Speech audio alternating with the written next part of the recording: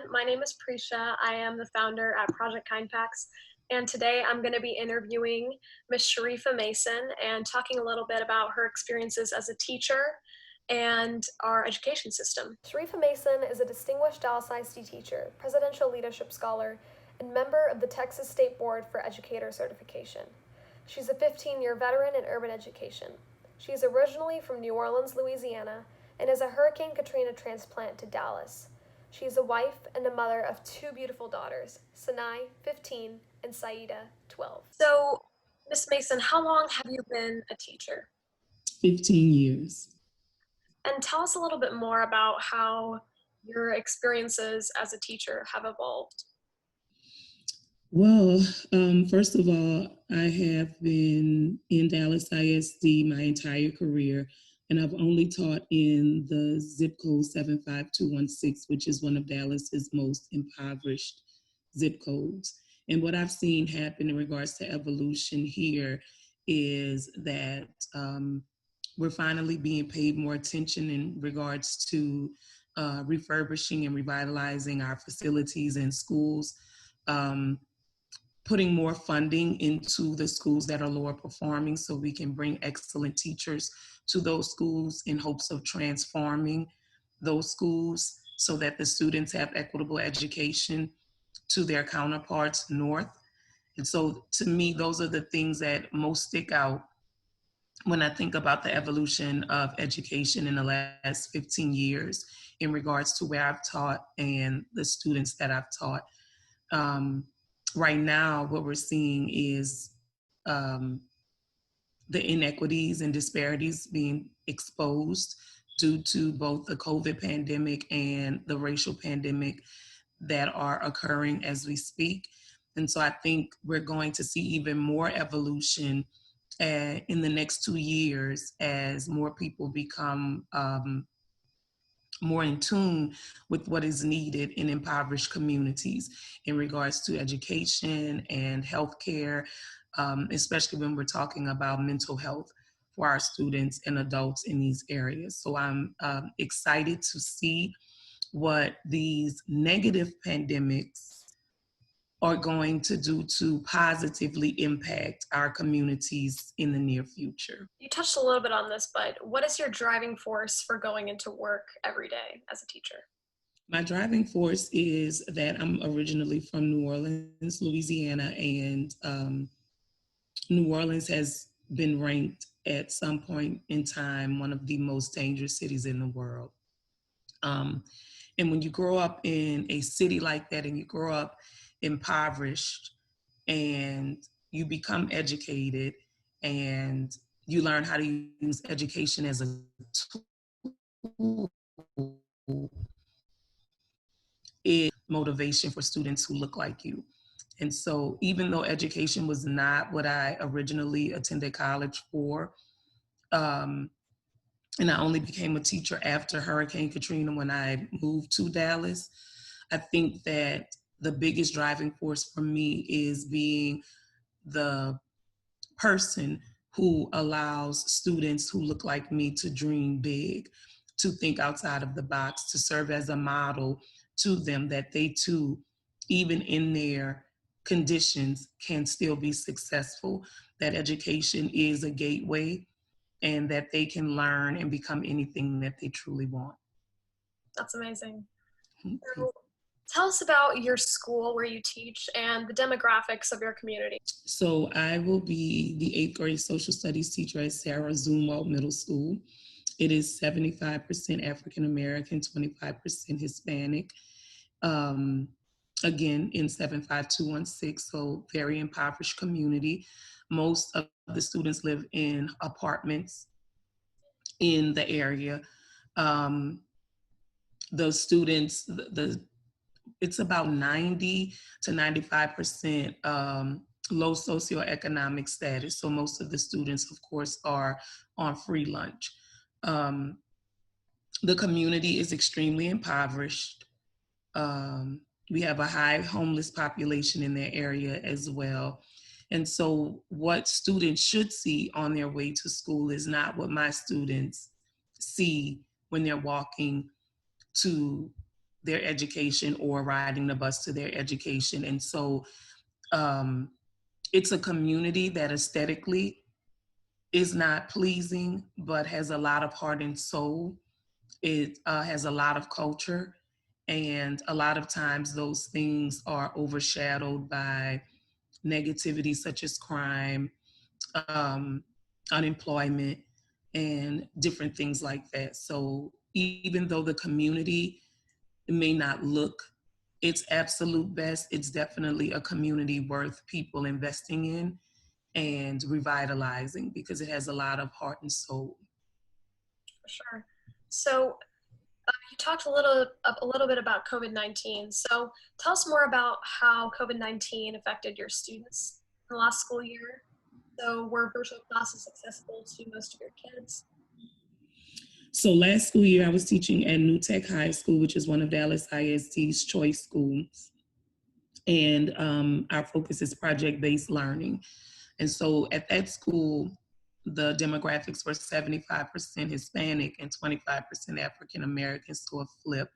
Still in 75216, but the students applied to attend the school, so they come from across the Dallas Metroplex. And I was teaching seniors, and what was really um, heartbreaking for me is that many of my seniors had to go to work full time. A lot of my Hispanic students have undocumented parents. And so when COVID hit, the jobs that they had were no longer available. And so the students, being the only citizens in the home, had to go into full time work.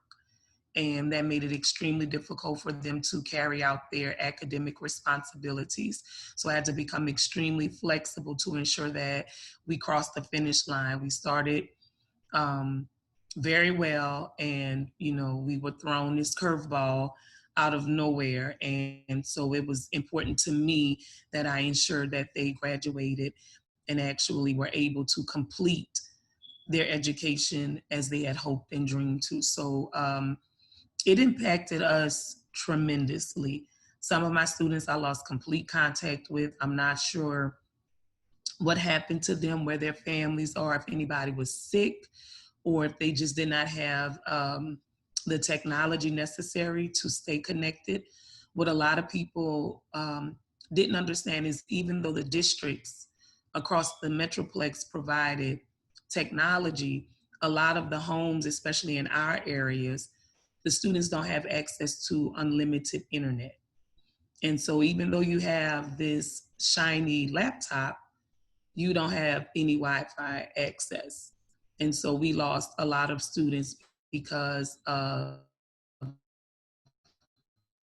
the fact that we didn't have internet. We have internet for all because we do not know how long this pandemic is going to affect us. And because of the disparities, it's important that internet almost become like air. Everybody should have access to it. It needs to be provided. If it has to be provided for free in some areas, then we need to do it, because switching to a virtual component in regards to learning and not giving those students who experience the biggest academic gaps the opportunity to at least maintain their retention is extremely difficult. I'm just awaiting the challenge of what it's going to look like to get back into the schools when schools open and identify not only the academic gaps, but the trauma gaps that will have occurred as well. Because a lot of times in impoverished communities, the school is a safe haven, and the students have been removed from school since March. And so I know that before education happens, I'm going to have to identify and acknowledge the traumas that could have possibly happened over this extended break period and ensure that my students are mentally healthy so that I can teach them and make sure that they have their academic needs met.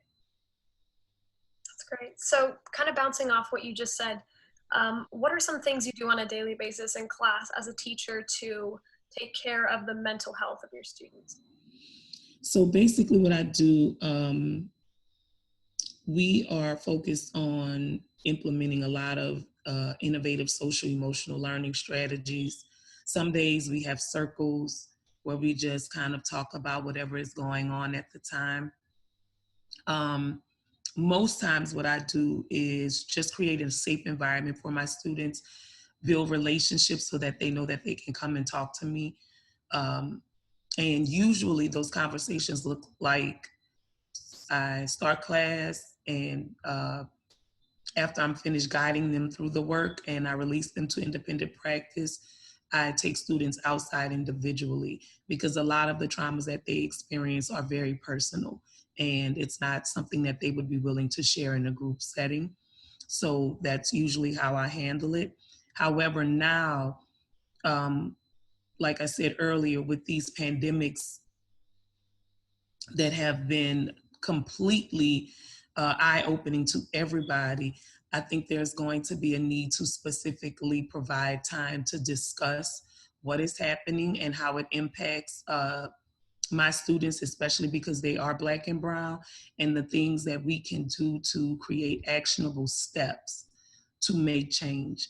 I think so often people have conversations without action steps, and conversations are simply words.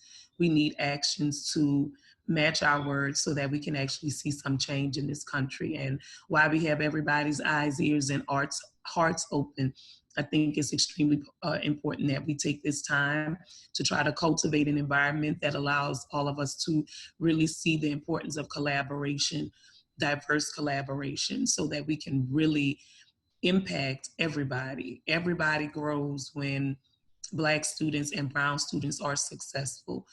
The success of Black and Brown students helps the entire world. It doesn't just help those communities.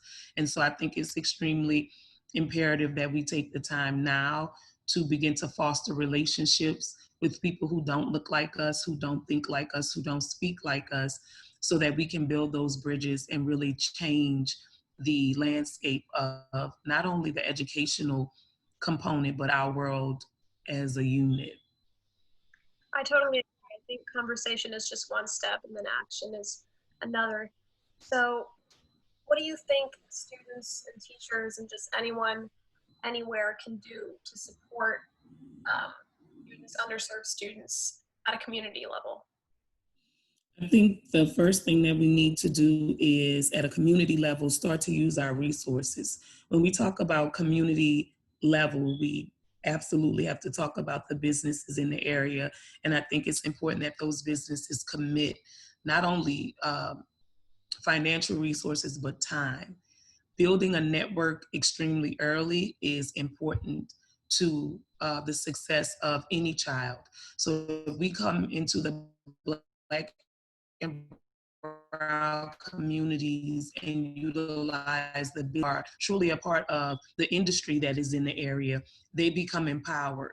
And I think that's one thing that we don't do enough of. I don't think that the businesses come in enough to actually teach students what's available to them. If I am the owner of something as small as a donut shop and I come in and bring donuts and I explain to them how I purchased the building or um, what kind of credit score I needed to have to get the loan, those things are super important for students to learn. And we think because we're teaching financial literacy that we're doing enough, but when students actually hear it from someone that's tangible, that they can walk into the donut shop and actually say hello to every morning, it makes it more realistic versus just a teacher at a board saying, this is how you purchase something. This is the credit score you need to have. We need to start making things more realistic and more tangible for our students. And I think our businesses and our communities would be really great at being stewards of that type of work. I think another thing that we need to do, I've created a workshop called Neighborhood Swap Mm-hmm. and supposed to pilot it in um, September. And what I am doing is taking uh, about 3 to 5 Caucasian boys and 3 to 5 African American boys. And I'm going to take the Caucasian boys from an affluent side of Dallas and the Black boys from an impoverished side of Dallas and bring them together, build those networks, let them go through the racial uh, epithet of Dallas. Let them find out what has happened and let them begin to create an our Dallas through their perspective. What can it look like? Your generation, Generation Z, is the most embracing and inclusive generation to be born. And if we don't take the time to allow you all to collaborate, to appreciate each other's uniqueness, to build relationships with people who don't look like you, then we're going to force you into color corners, because we're going to force you to only hang around the people who look like you, who go to school with you. And we can't continue to do that. We have a generation that can enact change. You all are powerful, and we're not taking the time as adults to utilize your power and amplify your voices. And so my point in this is the way it's a 3-day conference. I have a white racial expert, born and raised in Oak Cliff, Dallas, and a black racial expert, born and raised in Oak Cliff as well. And my purpose for doing that is that people only know what they know. And sometimes we hold a high expectation for Caucasians, and we haven't really taught them about the power and privilege that we tell them that they have. And so what I want the students to be able to understand is your power, your privilege is not a bad thing. It's all in how you use it. And these are some systems and structures that you can help to break down. And this is the reason why you should. And what's most important to me is that I have a Caucasian racial expert, because just like students of color learn best from teachers of color, white students also need to hear about these structures from somebody who looks like them. So they're not guilted and they're not shamed. They are really being educated and able to learn about these systems, because I think the students want to dismantle these systems. I look at TikTok, I look at Instagram, and your culture is the same as a white student's culture, as a black student's culture. You all listen to the same music, you like the same dances. So that means that the culture is not as permeated as people think. It's very much a united culture. It's just that we have allowed race to divide in so many ways that you all don't even recognize how much alike you are than different. And so I'm hoping that through this pilot, I will be able to get funding so that I can take this show on the road and go to more cities in the country that have had a really hard time dealing with race, and be able to bring the Generation Z students together so that we can help them to become the racial stewards we need them to be, to make sure that this work is not only created, but executed and implemented. That's amazing. So, as a teacher, what has your biggest challenge been, and as a in teaching at an underprivileged school? I think the biggest challenge has been getting students to believe in themselves.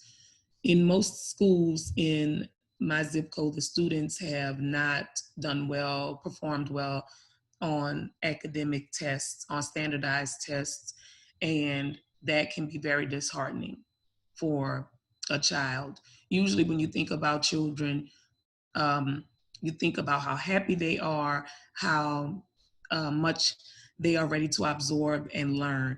But when you have not been successful at learning for so long, it can build a complex, and you can feel like you're not worthy of learning, you're incapable of learning, which is so far from the truth. It just takes the right teachers to come into a student's life and to empower them and show them that they're worthy of learning and that they can be successful. So I think transforming mindsets has been the most difficult, because I look at these students and I see the amazing capabilities they have. And to know that many of them don't see those things is heartbreaking. But when you are able to help them to visualize it, and you are able to motivate them and able to empower them, that is the greatest gift that I have ever received in my entire life. So we talked a lot about all issues in Dallas ISD and in underprivileged areas. What reforms do you think Dallas ISD should make at maybe a district level to support underprivileged students? I think that Dallas ISD has made those reforms. We've had the African American Success Initiative, which was very significant in creating the Accelerated Campus Excellence Initiative, which I was a part of and am now joining again, which is where we bring our most distinguished teachers to our lowest performing schools. The teachers receive a very handsome stipend to come in and motivate the kids and move them academically. So I think Dallas ISD is on the forefront of that. We have an amazing system, Teacher Excellence Initiative, or TEI, where teachers are paid for student growth and moving students, increasing salaries to a more professional amount so that we can retain our greatest teachers. And we also have the Distinguished Teacher Review, which allows teachers to receive the distinction of being one of the top performing teachers in the district because of their ability to consistently improve student academic achievement. So in those four initiatives alone, I think we have done an amazing job. What I think it's going to take now is for more people on a grander scale to start connecting pretty similar to what I was saying about neighborhood swap. I think districts in more privileged areas need to start to build a bridge and create partnerships with Dallas ISD so that we can begin this network for our students. I always tell my students that their network is their net worth.